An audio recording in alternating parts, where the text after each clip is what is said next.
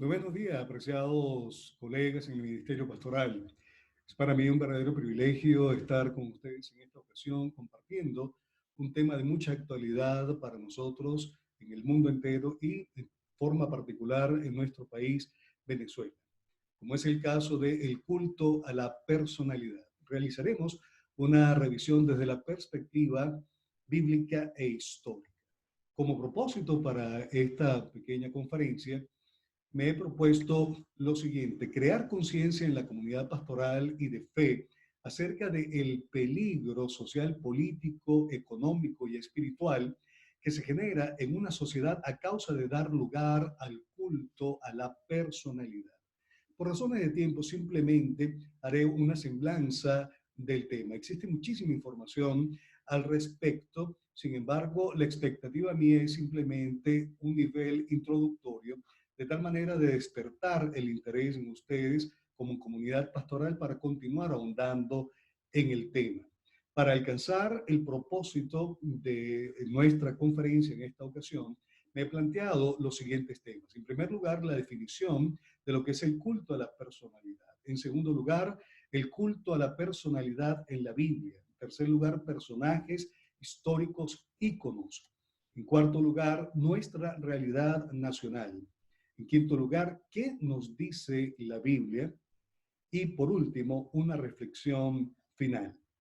En cuanto a la definición, voy a plantear básicamente dos y vamos a ver cuál es la base teórica del culto a la personalidad. Y sobre la base de esto, entonces, vamos a ver algunos detalles del punto de vista de características para completar la definición acerca del culto a la personalidad.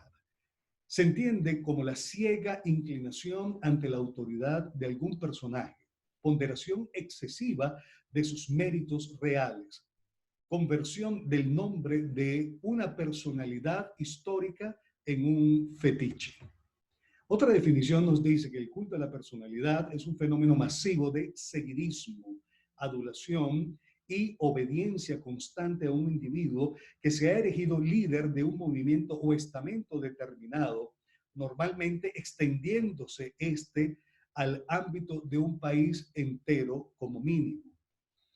La base teórica del culto a la personalidad radica en la concepción idealista de la historia, según la cual el curso de esta última no es determinada por las acciones de las masas del pueblo, sino por los deseos y la voluntad de los hombres prominentes, entre ellos caudillos militares, héroes, ideólogos destacados, entre otros.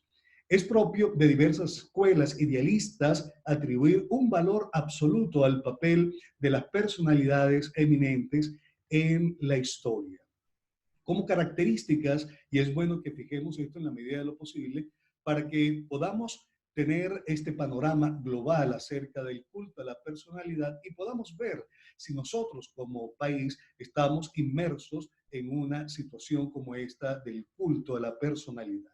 En primer lugar, se trata de la idealización de un personaje prominente.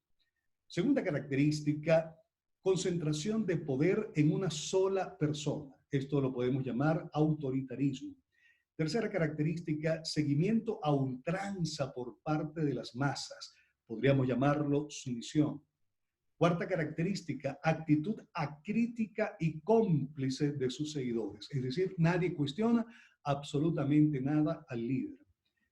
Quinta característica, comportamiento sectario y hostil de los seguidores hacia los que disienten del personaje idealizado. Esto lo podremos llamar amedrentamiento, no solamente por parte de los seguidores, sino por parte del mismo líder que ha sido elevado a una posición idealista.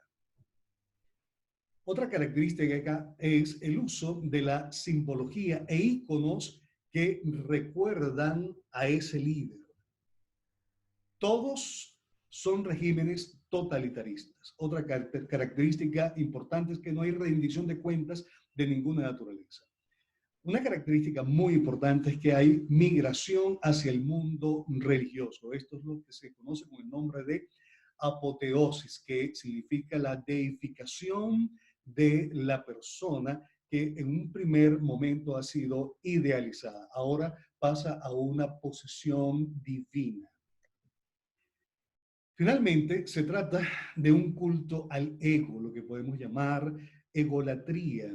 Y por parte de la persona que ha sido idealizada y que posteriormente es deificada, se trata de una autoadmiración excesiva hacia su perfil social, político, religioso, lo que podríamos llamar narcisismo. En este caso, narcisismo social, narcisismo político, narcisismo religioso. Ahora, veamos qué nos dice la Biblia en cuanto al culto a la personalidad. El primer caso en la historia, y precisamente está registrado en la Biblia, de culto a la personalidad es el caso de Nabucodonosor, que vemos en el capítulo 3 del libro del profeta Daniel. Pero pongámonos en contexto. Nabucodonosor en el capítulo 2 había tenido un sueño, el cual lo perturbó porque no lo lograba recordar. Ninguno de los que pertenecían a la corte de adivinos, agoreros, pudieron dar con el sueño y mucho menos con la interpretación. Fue entonces Daniel con sus compañeros, después de orar, que le declaró el sueño y su interpretación. No voy a ahondar sobre esto porque es algo que forma parte de nuestro haber como conocimientos en nuestra comunidad pastoral. Pero lo interesante del caso es que a pesar de ese sueño que tuvo que ver con una figura humana que representaba a los gobiernos que estarían presentes en la historia a partir de ese momento, en el 606 antes de Jesucristo, con la persona de Nabucodonosor como cabeza del imperio babilonio, Nabucodonosor no entendió el mensaje de que el reino de Dios es el que finalmente va a suplantar el gobierno humano. Y en el capítulo 3 vemos entonces cuando él erige una estatua inmensa, 60 codos de altura, que equivale aproximadamente a 27 metros de altura, y 6 metros de ancho, que equivale a 2.7 metros. Se entiende por el contexto y particularmente el capítulo número 4 que esa estatua que él levantó era de sí mismo para que se le rindiera culto. Ante la señal del sonido de bocina, ante la señal del sonido de tamboril, de flautas, todo el mundo en el imperio necesitaba rendirle culto, adoración a esa figura que es la figura de él mismo. Y me atrevo a asegurarlo con toda certeza por lo que ocurre en el capítulo número 4, que es la humillación que Dios propició sobre la vida de Nabucodonosor por su altivez, por su orgullo. Ahora bien, en este caso de Nabucodonosor, hacemos un paso muy rápido por razones de tiempo, como lo he dicho, pero todos nosotros conocemos perfectamente esta narrativa que encontramos dentro de la literatura apocalíptica del libro de Daniel. Ahora pasamos al siglo número 1 y quizás antes del siglo 1 con el culto al César, lo cual cobra para nosotros un sentido muy especial en el contexto bíblico del siglo I, donde se gestó el corpus literario que forma nuestro Nuevo Testamento. Desde el año 40 antes de Cristo ya la figura del culto al César se había establecido. Con Julio César, post-mortem, fue deificado por su hijo adoptivo, que realmente era su sobrino, Augusto, y esto dio lugar para que el culto a la personalidad tuviera un lugar muy preponderante dentro del Imperio Romano. La edificación ocurría post-mortem. Una vez que el emperador había fallecido, el sucesor hacía la deificación y se le colocaba el título de divus antes del nombre. Por ejemplo, divus Calígula. Ahora, el único emperador romano que en vida se autoproclamó Dios, se deificó, fue precisamente Domiciano. A partir del año 90 después de Cristo, y justo es el emperador que generó toda una persecución increíblemente cruel sobre el pueblo cristiano, y es en su gobierno donde se escribe, cuando se escribe el Apocalipsis, este libro dirigido a las 7 iglesias de Asia que estaban atravesando los momentos más crueles de persecución conocidos en la historia del cristianismo hasta ese momento. Lo cierto del caso es que el culto al César es lo más parecido al culto a la personalidad que encontramos en el contexto histórico del siglo I, que fue el momento histórico cuando se generó el corpus literario del Nuevo Testamento. Ahora tenemos que pensar en la persona de David. ¿Sería David alguien a quien se le rindió culto a la personalidad? Creo que es algo para que todos nosotros podamos reflexionar. Sin embargo, doy un tips muy rápido. David se convirtió en el patrón de referencia de los gobernantes de Israel. Cuando un gobernante ejercía un gobierno adecuado, los historiadores de Reyes, de Crónicas, simplemente decían que anduvo en los pasos de su padre David, anduvo en el camino de su padre David. Los que no hacían un gobierno adecuado, sobre todo que estaban muy comprometidos con la idolatría, bueno, los historiadores decían que no anduvo en el camino de su padre David. Simplemente David fue elegido como un patrón de un gobernante auténtico. Así que no podemos hablar de deificación en el caso de David. Ahora vamos a ver algunos personajes históricos íconos, y esto se refiere pues a la historia más reciente nuestra. Tenemos el caso en la Unión Soviética de Stalin, desde 1978 hasta su muerte en 1953. Este es el periodo de vida, no de gobierno, de vida de Stalin. Vemos que Stalin también erigió su gran estatua allá en la Unión Soviética. Otro personaje muy conocido para todos nosotros por ser latino es Fidel Castro, quien había prohibido que se erigieran bultos y de alguna forma había prohibido que se hicieran reconocimientos públicos como fotografías oficiales acerca de él en Cuba. Sin embargo, también tuvo su propio busto, su propia estatua. Un personaje muy prominente también es Kim Il-sung, 1912 hasta 1994. Este hombre sí que erigió una estatua bastante inmensa allá en Corea del Norte, 20 metros de altura. Otro personaje muy conocido por todos nosotros en la historia es Saddam Hussein, y conocemos la historia de Saddam Hussein, cómo terminó eh, acabando su muerte por el imperio norteamericano, por Estados Unidos, y aquí vemos en el momento cuando van a comenzar a derrumbar la estatua de Saddam Hussein. Otro personaje muy conocido en la historia es Mao Zedong, desde su nacimiento en 1893 hasta 1976. Este personaje, que fue un ícono histórico, o es un ícono histórico del culto a la personalidad, es el que ha erigido la estatua más grande en toda la historia de los divos, si me permiten ahora la expresión, para aplicarlo de manera general a todos, que han recibido culto a la personalidad. Una estatua de 37 metros de altura, 10 metros por encima de la estatua de Nabucodonosor.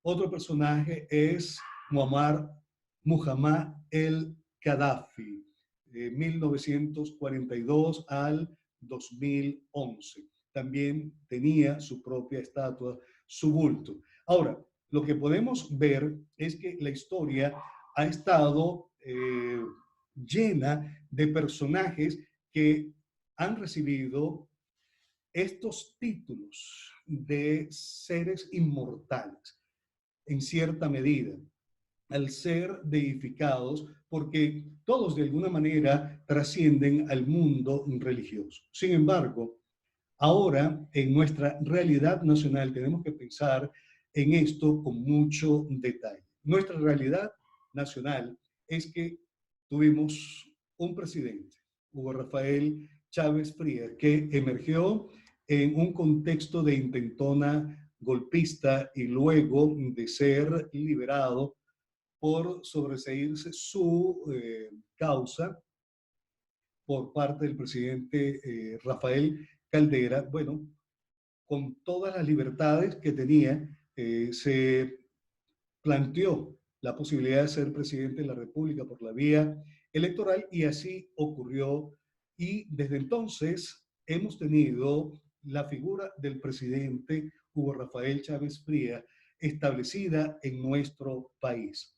Hugo Rafael Chávez Frías tiene en nuestro país varios bustos, varias estatuas, varios monumentos en honor a sí mismo. Este, por ejemplo, es uno que encontramos en Sabaneta, de donde es oriundo el presidente Hugo Rafael Chávez Frías. Este que tenemos aquí fue uno que erigió Evo Morales en Bolivia. Ahora, todos conocemos la realidad nacional en nuestro país, Venezuela.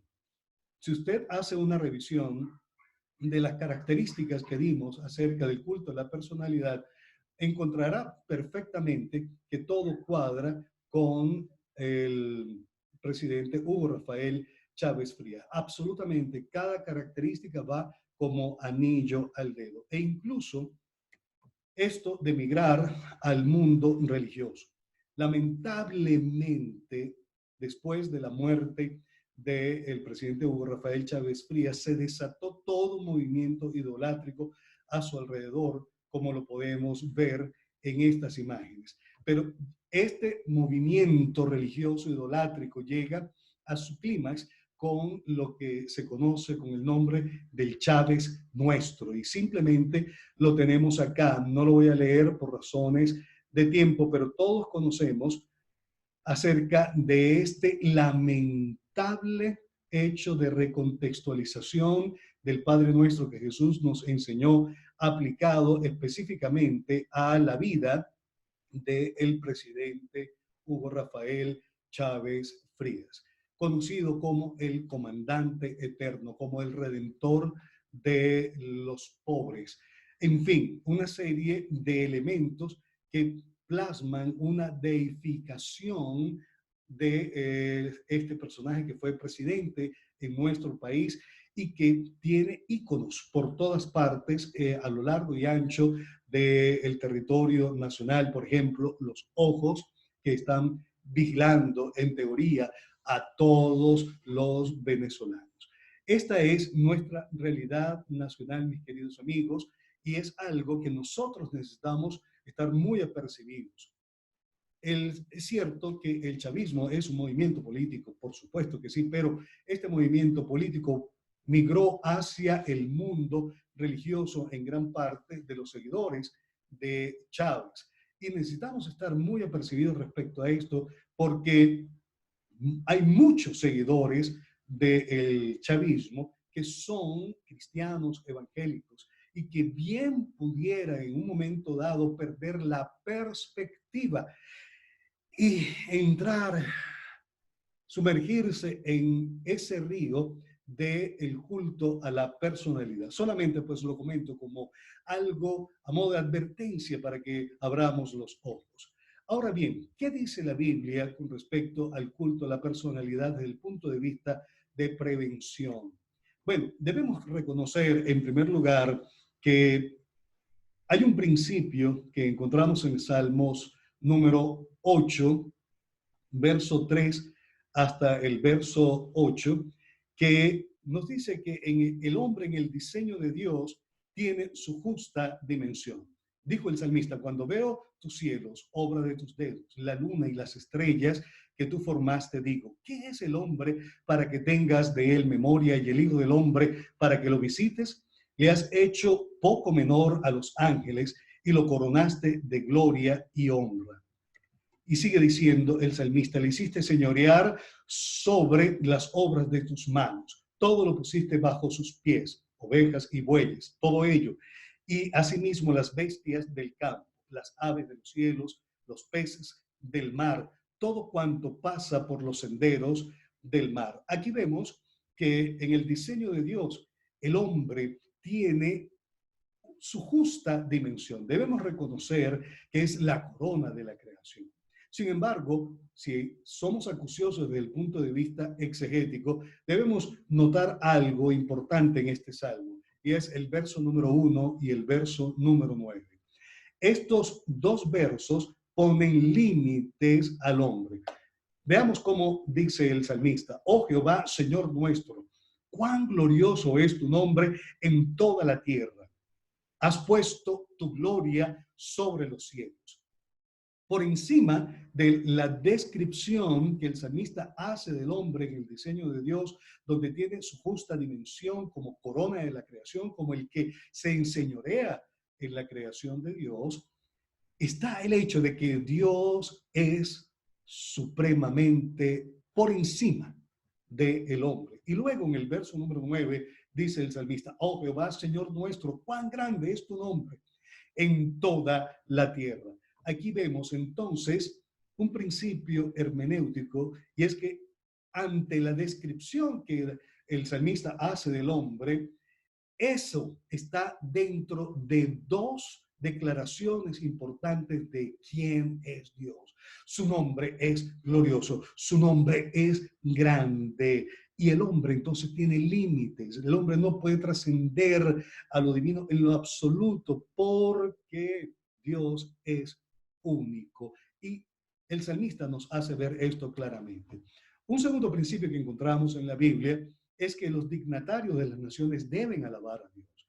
El Salmo 138, a partir del verso 4, dice: te alabarán, oh Jehová, todos los reyes de la tierra, porque han oído los dichos de tu boca, y cantarán de los caminos de Jehová, porque la gloria de Jehová es grande, porque Jehová es excelso y atiende al humilde, más al altivo mira de lejos.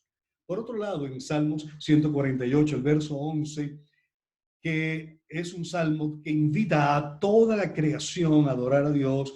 Llega un momento en que el salmista dice: los reyes de la tierra y todos los pueblos, los príncipes y todos los jueces de la tierra también alaben al Señor. Un tercer principio que encontramos en la Biblia con relación a eso del culto a la personalidad es la secuencia literaria que encontramos en Daniel capítulo 2 al 4, de lo cual ya había hablado. Pero simplemente lo que vemos en esta secuencia literaria es que Dios da un mensaje claro en el capítulo 2 a Nabucodonosor de cuál sería la historia de los gobiernos humanos en el contexto de los reinos de la tierra, y cómo el reino de Dios vendría a irrumpir el protagonismo de los gobiernos humanos. Nabucodonosor no le entiende, erige una estatua para que él sea adorado. Y eso lo vemos en el capítulo 3, pero en el capítulo número 4, entonces, vemos cómo Dios humilló a Nabucodonosor. Y precisamente el principio es este: Dios humilla a los soberbios de corazón, y tenemos en el primer personaje al cual se le rindió culto a la personalidad este principio claramente visto en la narrativa que encontramos desde el capítulo 2 al 4 en el contexto de la literatura apocalíptica del libro de Daniel. Un cuarto principio nos dice que el hombre necesita apreciarse a sí mismo de forma balanceada. En la epístola a los romanos, en la carta a los romanos, capítulo 2, el verso 3, Pablo dice: digo pues, por la gracia que me es dada, a cada cual que está entre vosotros, que no tenga más alto concepto de sí que el que debe tener, sino que piense de sí con cordura, conforme a la medida de fe que Dios repartió a cada uno. Es un principio claramente establecido en la palabra de Dios. Todo ser humano debe tener una apreciación de sí mismo de forma ponderada, de forma muy balanceada.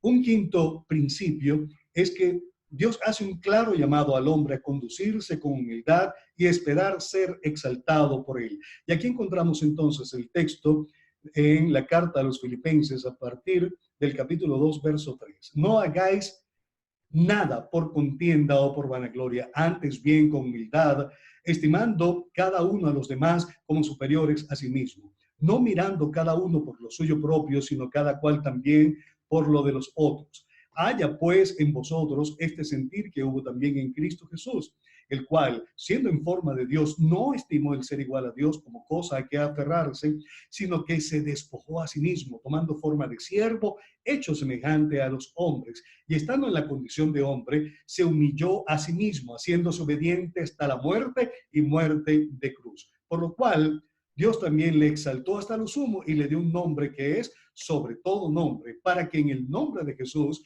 se doble toda rodilla de los que están en los cielos y en la tierra y debajo de la tierra, y toda lengua confiese que Jesucristo es el Señor, para gloria de Dios Padre. Ustedes no tienen la más mínima idea, mis queridos colegas, de cuán pesado fue este texto en el contexto del Imperio Romano, en pleno siglo I, cuando estaba presente el culto al emperador. ¡Wow!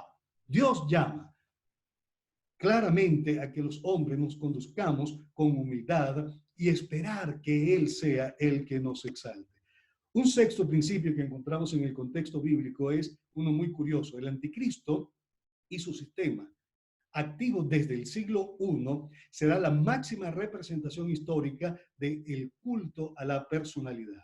En la segunda carta a los tesalonicenses, capítulo 2, verso 3 y 4, leemos: nadie os engañe en ninguna manera, porque no vendrá sin que antes venga la apostasía y se manifieste el hombre de pecado, el hijo de perdición, el cual se opone y se levanta contra todo lo que se llama Dios o es objeto de culto, tanto que se sienta en el templo de Dios como Dios, haciéndose pasar por Dios.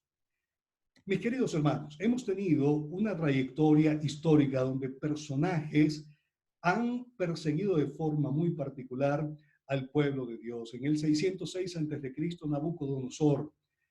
En el 168 a.C., Antíoco Epífanes IV. En el 70 después de Cristo, el general romano Tito. Hitler en 1945. El anticristo está por manifestarse en cualquier momento. Vemos entonces que en el caso de Nabucodonosor, Antíoco y Tito, ellos llevaron a cabo destrucción del templo. Sin embargo, la figura del anticristo no es que va a destruir el templo, se sentará en el templo como Dios, haciéndose pasar por Dios. Esto es lo máximo en la historia de la humanidad en cuanto al culto a la personalidad. Ahora la pregunta que tenemos que hacernos, ¿se trata del templo físico o del pueblo de Dios? Eso se lo dejo a ustedes que son expertos en las escrituras. Ahora bien, como una reflexión final después de todo lo que hemos visto con relación al culto a la personalidad. Definitivamente, esto genera un gran riesgo para cualquier sociedad, riesgo político, riesgo social, riesgo económico, riesgo y peligro espiritual por la distorsión en lo que esto degenera del culto a la personalidad.